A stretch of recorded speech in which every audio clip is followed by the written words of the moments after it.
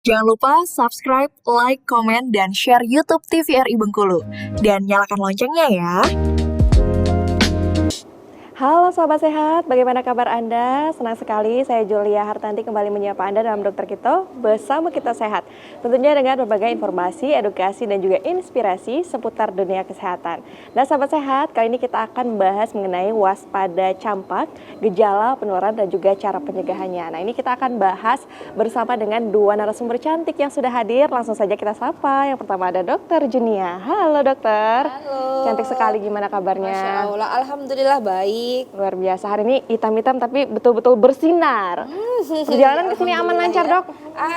Lancar, aman dan santai ya hari ini ternyata. Lancar, aman, Iya. santai ya, walaupun Iya. hari ini masih awal-awal weekdays ya, Iya. Selasa, baik. Dokter Junia dan juga pemirsa juga sudah bersama dengan kita, ada Dokter Wenti. Halo dokter. Halo, Mbak. Cantik sekali, gimana kabarnya? Alhamdulillah baik. Alhamdulillah baik ya, perjalanan ke sini aman lancar? Lancar. Lancar, semangat ya, ijo-ijo nih, cerah banget matanya ngelihatnya.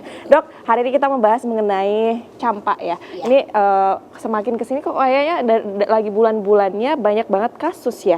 Terakhir mendengar ya sama-sama ada 17 anak-anak yang terkena di Pulau Jawa ya dok. Ya, mungkin bisa dijelaskan secara umum dok terkait dengan tema kita kali ini membahas tentang apa spesifiknya. Oke. Hari ini kita akan membahas tentang campak. Campak itu adalah demam sebenarnya dengan ruam.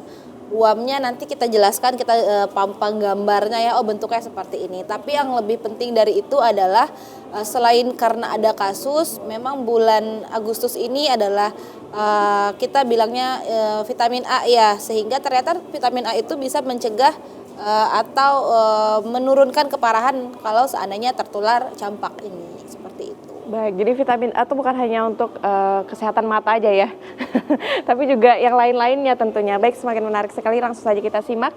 Siapa terlebih dahulu dok? Izin, Dokter Wenti, boleh silahkan. Dibantu slide-nya ya. Oke. Jadi sebenarnya agak memprihatinkan ya, kasusnya ini baru minggu kemarin kasus cacingan ya kita bahas ya, yang akhirnya menewaskan atau menelan korban jiwa.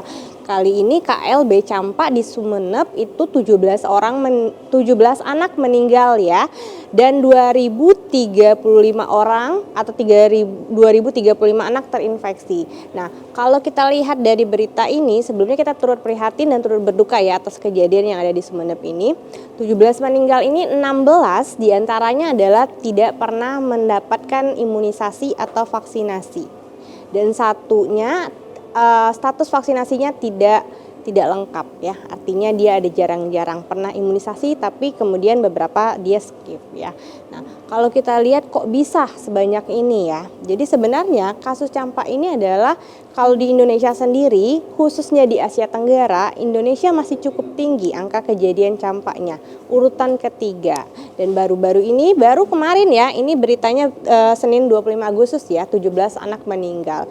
Jadi angka yang cukup tinggi atau bahkan sangat tinggi ya, dan sangat disayangkan karena tadi kalau kita lihat di berita ini karena rendahnya cakupan imunisasi di wilayah tersebut. Jadi kebanyakan kalau saya baca beritanya adalah karena hoax tentang vaksinasi itu berbahaya, konspirasi, dan tentang yang lain-lain ya, yang akhirnya membuat orang-orang atau orang tuanya tidak teredukasi dan akhirnya menolak menjadi anti vaksin ya.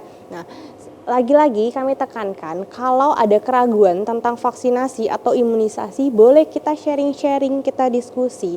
Di puskesmas ada dokter, ada bidan. Tugas kami lah membenarkan atau meluruskan sesuatu tentang misalnya imunisasi ini. Yang haram seperti apa dok? Yang halal seperti apa dok? Kemudian bahayanya apa dok? Kalau tidak diimunisasi apa efeknya ya? Nah kalau misalnya tadi cakupannya tinggi, tentu saja angka kejadian sebanyak ini tidak akan terjadi. Jadi sangat memprihatinkan ya. Maksud saya di 2025 kita masih mengalami peningkatan kasus campak ya, di mana ini bisa dicegah. Tadi kayak dibilang Dokter Junia ya, bulan Agustus juga kebetulan adalah bulan vitamin A dan obat cacing, di mana vitamin A tadi bisa memberikan imunitas. Imunitas agar kalaupun terkena campak, dia tidak akan beresiko terjadi meninggal atau tidak akan sampai ke komplikasi. Bahkan bisa mencegah penularan campak, ya. Baik. Kalau kita lihat di sini ya. Oke, mengakui kesadaran masyarakat memberi imunisasi kepada anaknya masih rendah. Banyak keluarga yang takut bahkan menolak vaksin karena termakan hoax vaksin itu ya. Jadi ini berita baru-baru banget kemarin ya. Jadi kalau ada keraguan boleh segera dikonsultasikan, jangan menjadi anti vaksin ya. Karena apa? Untuk vaksinasi itu adalah hak dari anak Anda, hak dari anak ibu dan bapak di rumah ya. Jadi haknya adalah salah satunya menjadi sehat. Salah satu ikhtiar untuk menjadi sehat adalah divaksin atau diimunisasi, dan ini lagi-lagi gratis ya. Bisa didapatkan di puskesmas. Baik. Dok, izin itu kan dari datanya kan kasusnya terjadi meninggal dunia pada anak-anak ya. Untuk angka 17 itu cukup banyak ya di daerah Sumeneb. Nah, tadi juga disebutkan ada vaksin. Nah, kalau bicara vaksin ini apakah ada kaitannya dengan sistem imun tubuh?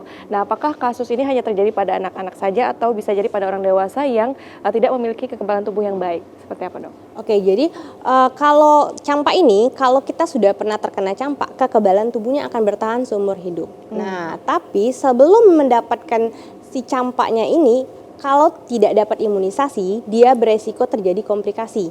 Komplikasi itu yang kita takutkan, seperti infeksi pada paru-paru, pneumonia, kemudian ensefalitis atau infeksi pada otaknya.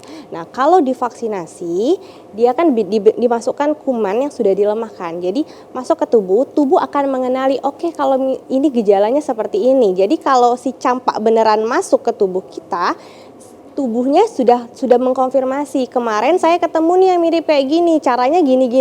Jadi saset sembuh. Artinya apa? Kalaupun terkena campak tidak akan sampai ke komplikasi yang berat. Biasanya gejalanya lebih ringan. Nah, kenapa pada orang dewasa jarang? Tadi karena orang dewasa sudah melewati tahap campaknya tadi ya. Sedangkan anak-anak terutama balita yang di bawah 5 tahun imunitasnya masih rendah. Sampai saat ini campak itu belum ada obatnya. Ya, kita hanya bisa melakukan preventif atau pencegahannya. Salah satunya dengan imunisasi dan vitamin A. Jadi anti campak itu belum ada sampai saat ini ya. Penyebabnya adalah virus. Sebenarnya virus itu self limiting disease. Dia bisa sembuh sendiri. Tapi kalau imun tubuhnya rendah, tidak bisa sembuh sendiri, akhirnya menyebabkan komplikasi. Virusnya bereplikasi bisa sampai ke paru-paru, bisa sampai ke otak. Itu yang terjadi pada kasus di Sumeneb ya, 17 anak meninggal, 16 diantaranya tidak pernah imunisasi. Baik. Nih, campak merupakan penyakit yang sangat menular dengan reproduction number 12-18. Artinya, satu orang yang sakit bisa menularkan ke 12-18 orang sehat lainnya. Makanya tadi kita lihat angka kejadiannya bisa sampai 2000 ya, dan korban yang meninggal sampai 17.